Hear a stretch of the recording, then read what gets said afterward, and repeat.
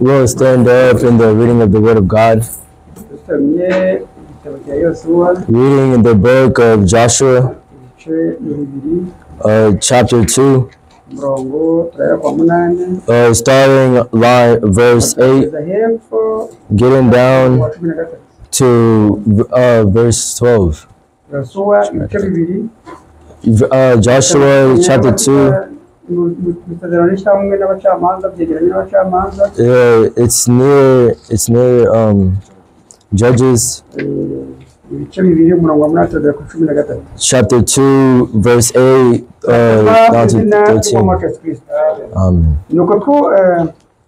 Nuko batararyama uwo mugore arurira abasanga hejuru y'inzu arababwira ati nzi yuko Uwiteka abahaye iki gihugu kandi mwaduteye ubwoba ndetse abari mu gihugu bose mwabakuye imitima nuko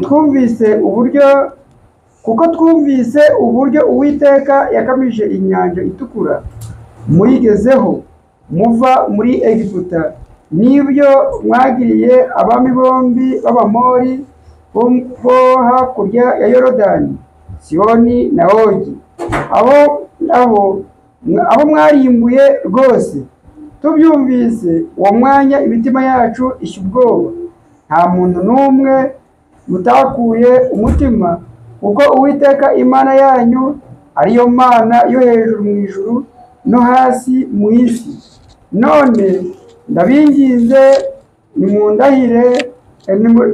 nimundahire Uwiteka ko muzagirira neza inzu ya data nk'iyo mbagiriye mume ikimenyetso cy'ukuri yuko muzarokora data na mama na basaza banjye na barumuna banjye n'abo turi kumwe mugakiza amagara yacu ntidupfe. Amen. We shall pray. Uwiteka Mana ishobora byose, Uwiteka Mana nzima, turagushimye kandi turaguhimbaje izina ryawe yagucyubahiro. Dushimishwa nuko udoreje kino gitondo, dushimishwa nuko aya magambo asomewe mu matwi yacu. Ndabigushimiye mu izina ry'Umwami Yesu Kristo.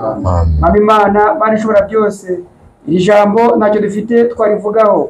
Iri jambo ndagusabye kugira ngo umwuka wayandikishije abaruza uyasobanure mu izina ry'Umwami Yesu Kristo. Mwami Imana, Mana ishobora byose, iri jambo utuvaniremo ibyo kurya bidutungira ubugingo. Ko byanditswe ko umuntu adatungwa n'imitsima gusa, atungwa n'iburi jambo turutse mu kanwa kawe. Iki gitondo dutungishwe n'ijambo ryawe mu izina ry'Umwami Yesu Kristo. Maze ijambo ryawe nitangwa dutere intambwe. Ndagusabye kugira ngo udushyire mu kirere cy'umwuka tubashe kuvuga umwuka buri matorero. Ndakwinginze Uwiteka kugira ngo Satani kirogoya, Satani umuriganya mutuneshereze mu izina ry'Umwami Yesu Kristo. Mwami Imana, Mana ishobora byose, ngwino dufate, ngwino tuyobore. Uwiteka wigaragaza ahangaha, waje gukire wese atakubonye, ndagusabirize kukoze mu izina ry'Umwami Yesu Kristo. Amen. Amen. Y'all may sit down. Jana mwene data twashuje mu izina ry'Umwami wacu Yesu Kristo. Me and my brother, we welcome y'all in the name of Jesus Christ. The Lord has done us well, bringing us here this morning. The Lord may be blessed in the name of Jesus Christ. The way you sleep and then you see that you're woken up.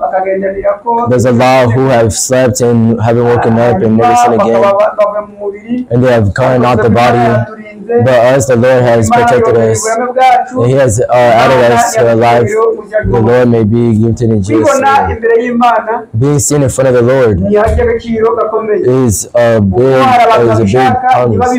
Because there's many who want it and doesn't see it. There's those who want to achieve it but can't.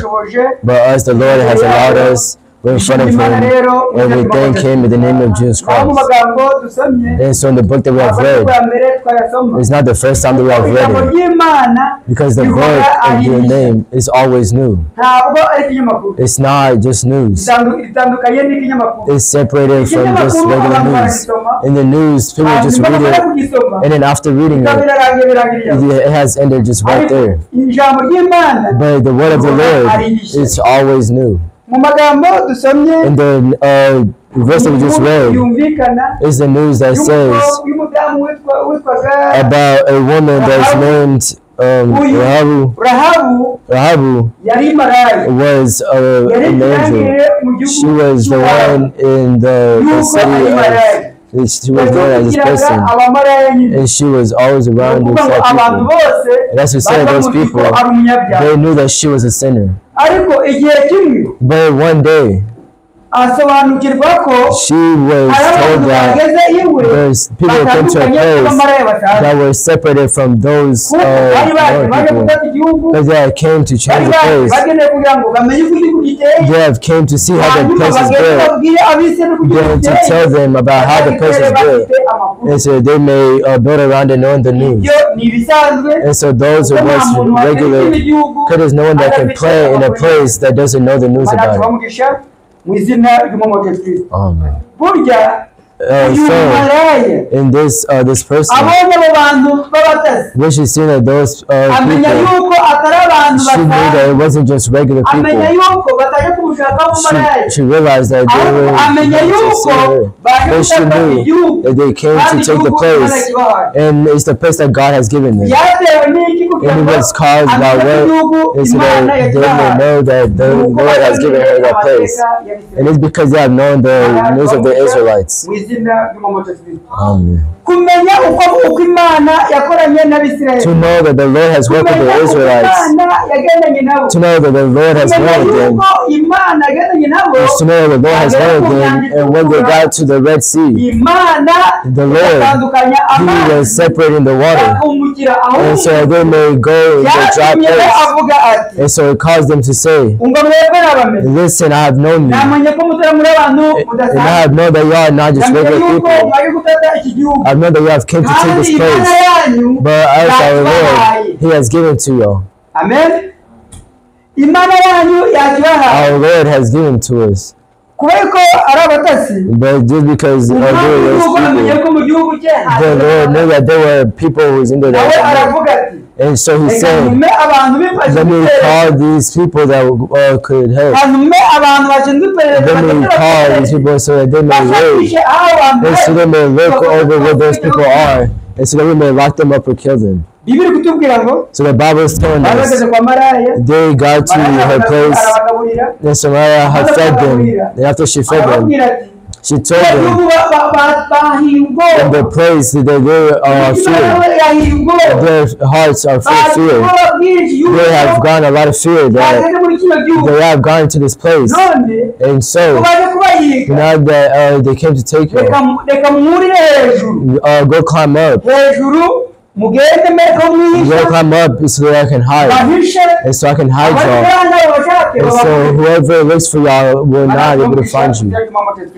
And it's to say that the time that he had hid them, the people had came, and so they got to a place, and so they said, I am aware that we are down here, that there were people who said so, and those people, there's no thing else about them, but it's to take our place, so give them to us.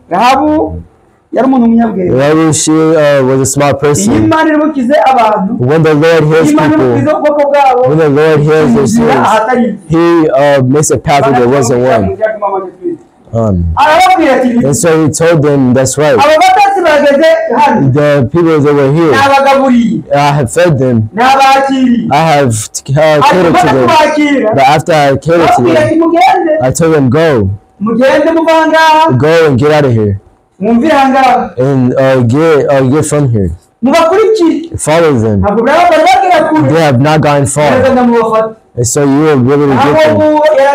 And so they knew that they were on the road. He had hid them to hid them from their problems. But He said that they had came here, but I have catered to them, and I have given them the food, and they have left.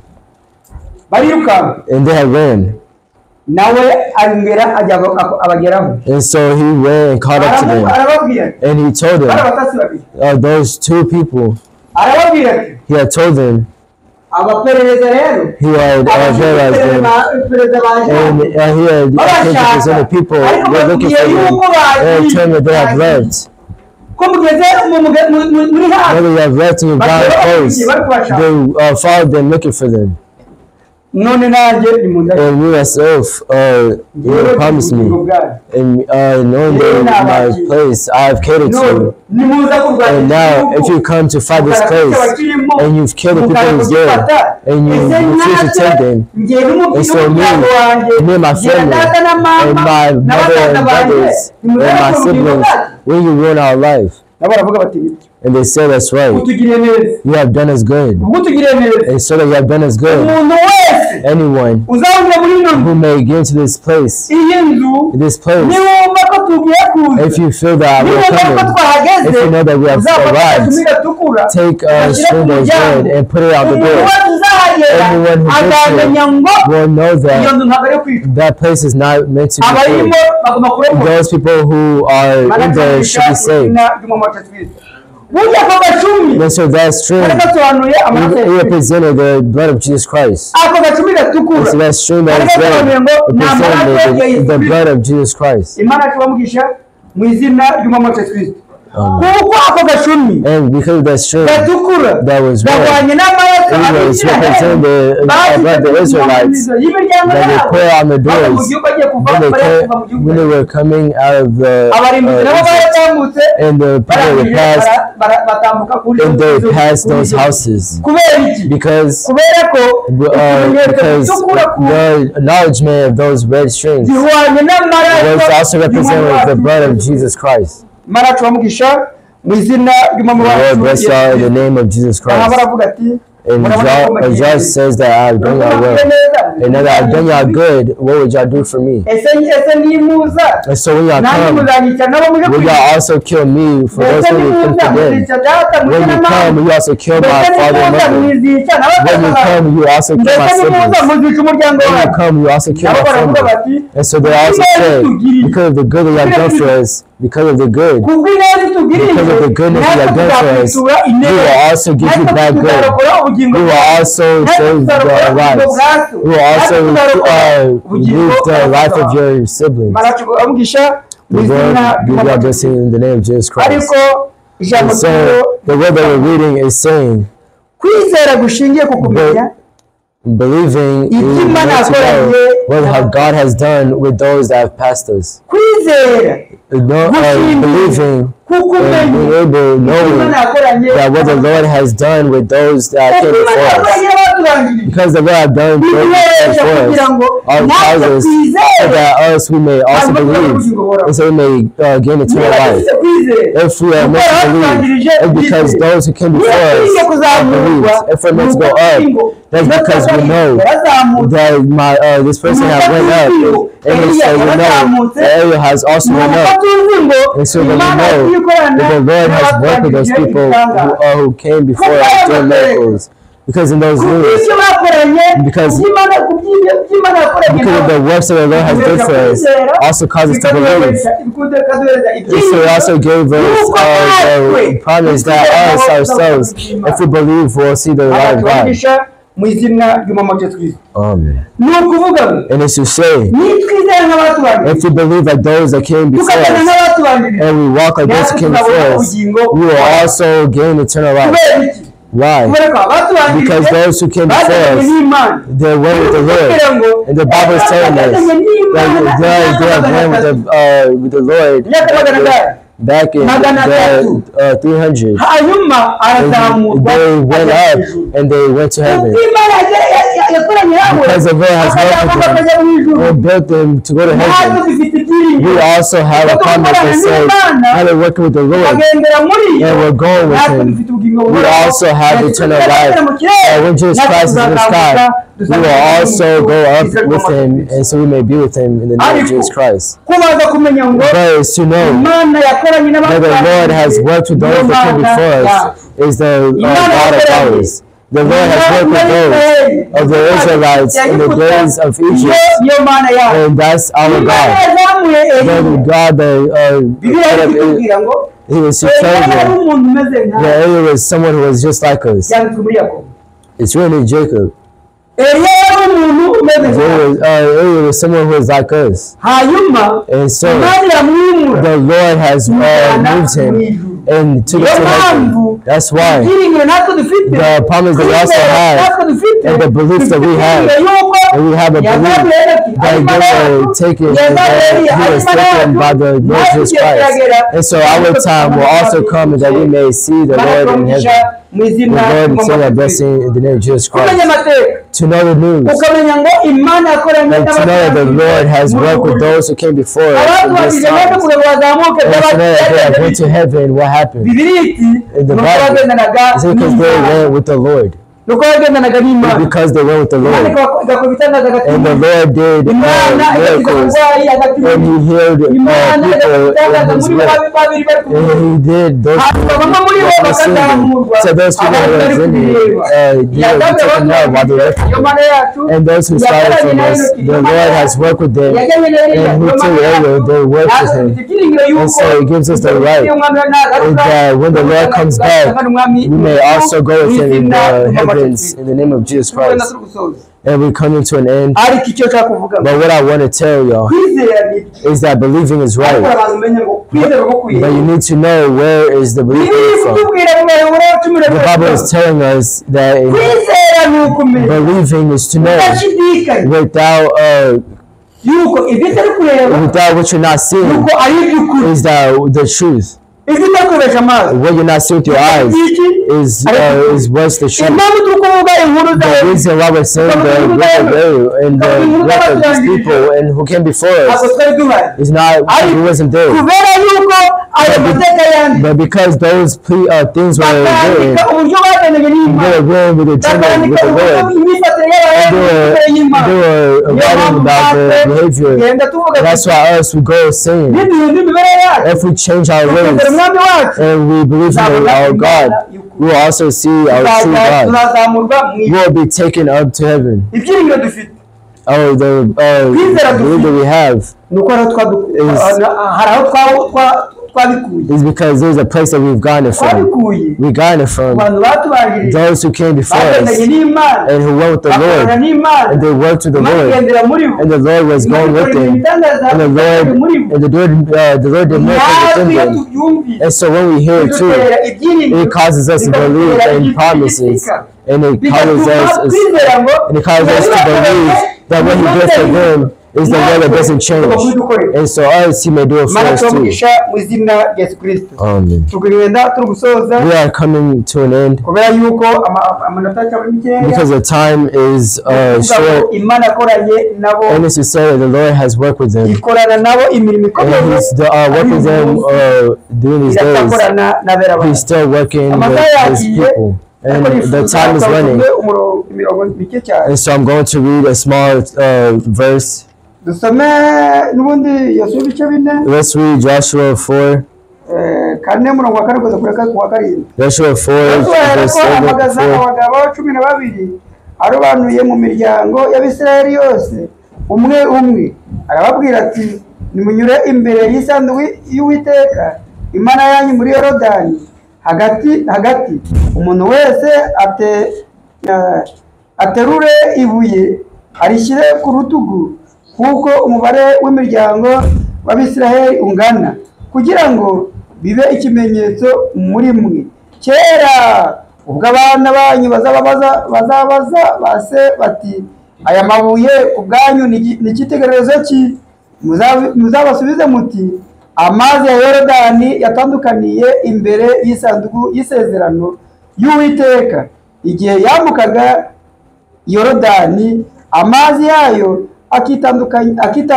agatandukana, kandi ayo mabuye azabe ikimenyetso cyibutsa Abisiraheli iteka ryose ibyabayeho. Amen. Amen. Mana yacu ibabwisha. Our Lord said, blessing in the name of Jesus Christ. Those stones were for so that they may not forget what the Lord has done with them.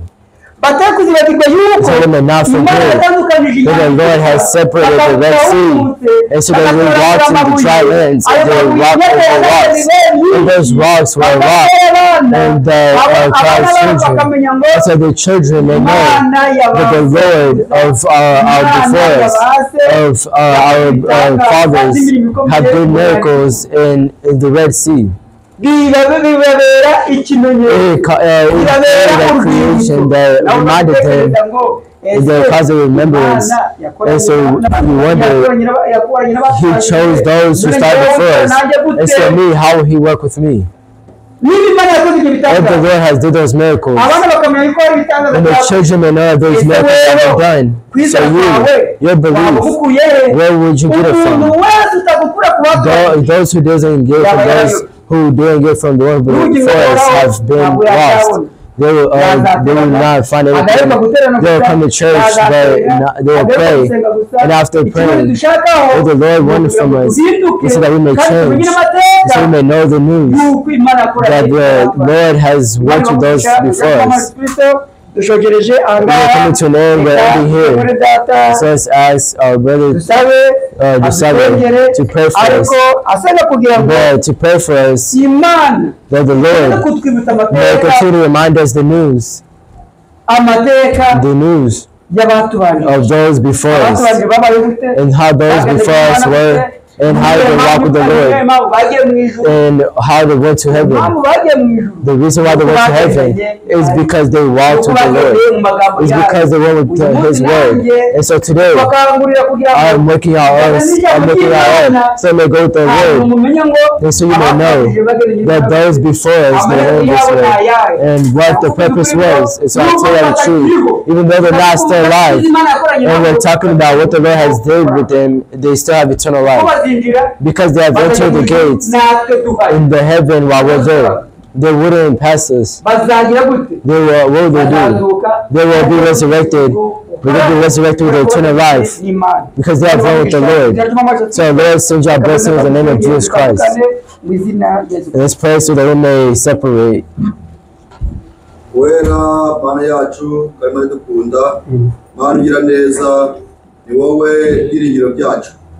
Kongeye gushimira uyu mwanya tuganirije amagambo meza, tuganirije abatuganirije, kutubwira ukwizera, kutubwira ibimenyetso Yesu Kristo byaranga mwami. Ni ukuri Yesu Kristo, ijambo ryawe ni rizima, kandi ijambo ryawe ni ukuri, ijambo ryawe rirakiza. Waryumvishe bose babashe guhabwa imbaraga mu izina rya Yesu Kristo. Amen. Dutandukanye n'isi ndetse n'ab'isi, ubwo duhindure kuba ibyaremwe bishya. Abari bafite ibyaha bakabatsindwa n'urubanza, bakabishyira ijambo mwami bagatsindwa, kandi Yesu Kristo munsi y'amaraso wongere utubabarire, utweze, utuyobore, utugire nk'uko ushaka. Abana mwari bakoresheje kubwira ijambo, tumusaba umugisha mwinshi cyane utagabanije, umugisha gutura amagambo yawe. Yaba yagabanyikiwe umwongerere, kandi umwongere imbaraga. Igihe nk'iki azaba yicaye asoma ashaka ibyo ubwoko bwawe, kandi uzamutekerere n'umuhaza, natwe abana bawe duhazwe mu izina rya Yesu Kristo. Amen. Agomezwa natwe, utwiteho, utuyobore, ijambo ryawe ritubere ingabo, ijambo ryawe ritubere akabando, ijambo ryawe ritubere ingabo dukingira muri urugendo. Abana natwe Gomeza amana ngusa kwacu kandi na gahunda iri inyuma nayo turekuragije kugira ngo igengwe nawe abateranye bose basaba umugisha utagabanije mu izina ry'umucunguzi wacu Yesu Kristo. Amen. Amen. Turagusenga bakuru